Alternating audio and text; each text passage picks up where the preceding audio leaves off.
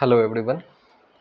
आज के इस वीडियो में हम लोग डिविडेंड से रिलेटेड बात करेंगे कि डिविडेंड ऑफ ए स्टॉक क्या होता है। उससे रिलेटेड कुछ इम्पॉर्टेंट डेट्स के बारे में हम लोग बात करेंगे। जैसे अगर आप देखें तो मार्केट में बहुत सारे प्लेयर्स जो होते हैं, स्पेशली जो न्यू कमर्स होते हैं, वो डिविडेंड की तरफ में बहुत ज़्यादा अट्रैक्ट होते हैं। लोग जो हैं, स्पेशली जो न्यू कमर्स हैं, आप देखेंगे कि जब वो शेयर मार्केट में एंट्री लेते हैं तो वैसे स्टॉक्स जो कि बहुत ज़्यादा डिविडेंड पे आउट कर रहे होते हैं, उन स्टॉक्स की तरफ में जो रिटेल इन्वेस्टर्स होते हैं, स्पेशली जो नए रिटेल इन्वेस्टर्स होते हैं, वो ज़्यादा अट्रैक्ट होते हैं। उनको लगता है कि ये जो कंपनी है, ये तो एक सर्टेन अमाउंट ज़रूर हमें पैसे रिटर्न के तौर पे देगा। लेकिन यहाँ पे एक चीज़ आपको समझना होता है कि नॉर्मली कंपनीज जो होते हैं वो डिविडेंड किन परिस्थितियों में आपको या एक रिटेल इन्वेस्टर्स को रिटर्न देती है, या किन परिस्थितियों में कंपनी डिविडेंड जनरली डिक्लेयर करती है। तो आप ये समझें कि अगर कंपनी के पास में सरप्लस कैश है और उस कंपनी के पास में नॉर्मली उस मोमेंट पे इन्वेस्टमेंट के कोई बेहतर ऑप्शंस अवेलेबल नहीं हैं, बेटर प्लान्ड ऑप्शंस अवेलेबल नहीं हैं, तो कंपनी उस सरप्लस कैश को अपने ग्रोथ के बजाय क्या करती है कि वो अपने इन्वेस्टर्स के बीच में वो अमाउंट डिस्ट्रीब्यूट करने का फैसला लेती है। और इस हिसाब से कंपनी जो है वो ग्रोथ के बजाय जो कैश जो होता है वो लोगों में बांट देना प्रेफर करती है। तो आप समझ सकते हैं कि यहाँ पे कहीं ना कहीं जो डिविडेंड का जो कैपिटल है वो रिलेटेड है ग्रोथ से। ठीक है। तो और ये यहाँ पे ये मैं बिल्कुल नहीं कह रहा, या ऐसा आपको बिल्कुल एज्यूम नहीं करना है कि कंपनीज जो डिविडेंड देती हैं वो उनमें ग्रोथ बिल्कुल ही ख़त्म हो गया रहता है, ऐसा नहीं है। ठीक है। एक डिसेंट अमाउंट ऑफ जो है, आप समझ सकते हैं कि एक सर्टेन अमाउंट या एक नॉमिनल अमाउंट जो होता है वो कंपनी अगर डिविडेंड के तौर पे आपको देती है तो कहीं ना कहीं वो आपके पोर्टफोलियो को एक हेज के तौर पे प्रोवाइड कराता है और इन्वेस्टर्स को पावर देता है कि वो अपने होल्डिंग्स को या जो स्टॉक में पोजीशंस हैं उसको लॉन्ग टर्म के लिए वो कैरी करें। ठीक है। तो आते हैं डिविडेंड से रिलेटेड कुछ इम्पॉर्टेंट डेट जो सुनने को मिलते हैं उनके बारे में। जैसे एक डिविडेंड से रिलेटेड आपको डेट सुनने को मिलता है, डेट ऑफ डिक्लेरेशन। तो जैसा कि नाम है डेट ऑफ डिक्लेरेशन, ये वो डेट होता है जो जब कंपनी के बोर्ड ऑफ डायरेक्टर्स जो होते हैं वो बैठते हैं, वो मीटिंग में ये फैसला लेते हैं कि जो सरप्लस कैश है या जो भी कैश कंपोनेंट अवेलेबल है उसको डिविडेंड के तौर पे डिस्ट्रीब्यूट किया जाए।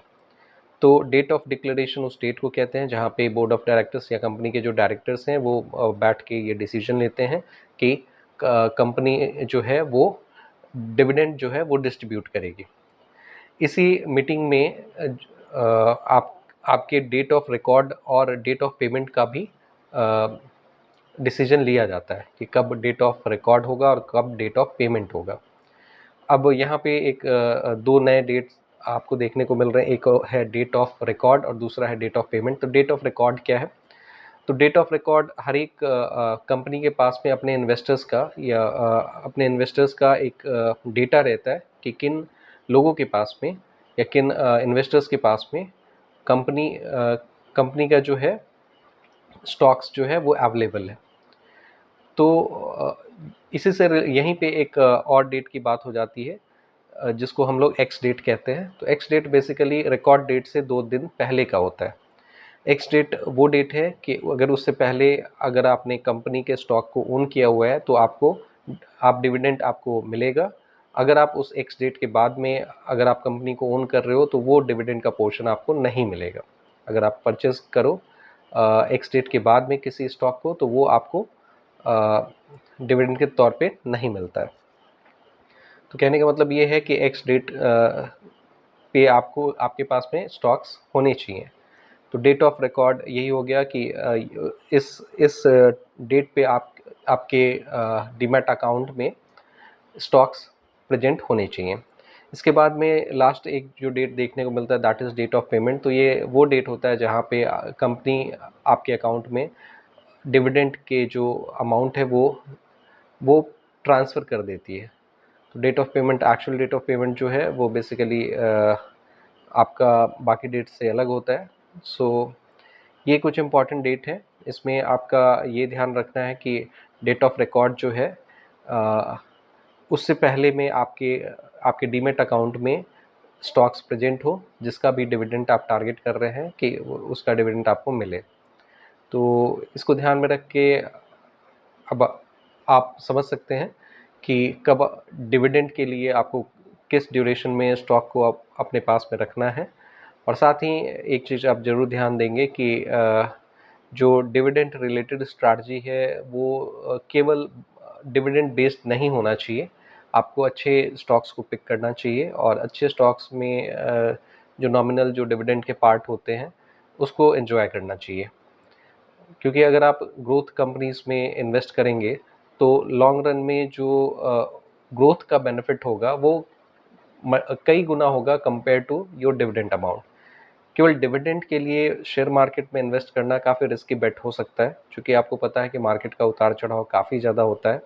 और अगर आप केवल डिविडेंड के हिसाब से मार्केट में प्ले कर रहे हैं तो ऐसा हो सकता है कि डिविडेंड से मिलने वाला जो रिटर्न है वो एक साइकिल में होने वाले लॉस से के मुकाबले बहुत ही कम कम हो। डिविडेंड से जो आपका इनकम होगी वो अगर मार्केट का साइकिल डाउनवर्ड है तो स्टॉक का प्राइस जो है वो काफ़ी नीचे जा सकता है वैसे आपके बाइंग प्राइस से। तो वैसे स्थिति में ये पैनिक सिचुएशन क्रिएट होता है और अच्छा रिटर्न भी जनरेट कर पाना मुश्किल होता है। तो ये कुछ इन्फॉर्मेशन है। होप आपको ये वीडियो पसंद आया होगा। अगर आपको लगता है कि इस वीडियो से कुछ भी वैल्यू आपको मिला है तो आप इस वीडियो को लाइक करें, चैनल को सब्सक्राइब करें और अगर आपके कुछ क्वेरी हैं तो आप नीचे कमेंट में अपने क्वेरी को मेंशन करें। Thank you for your time.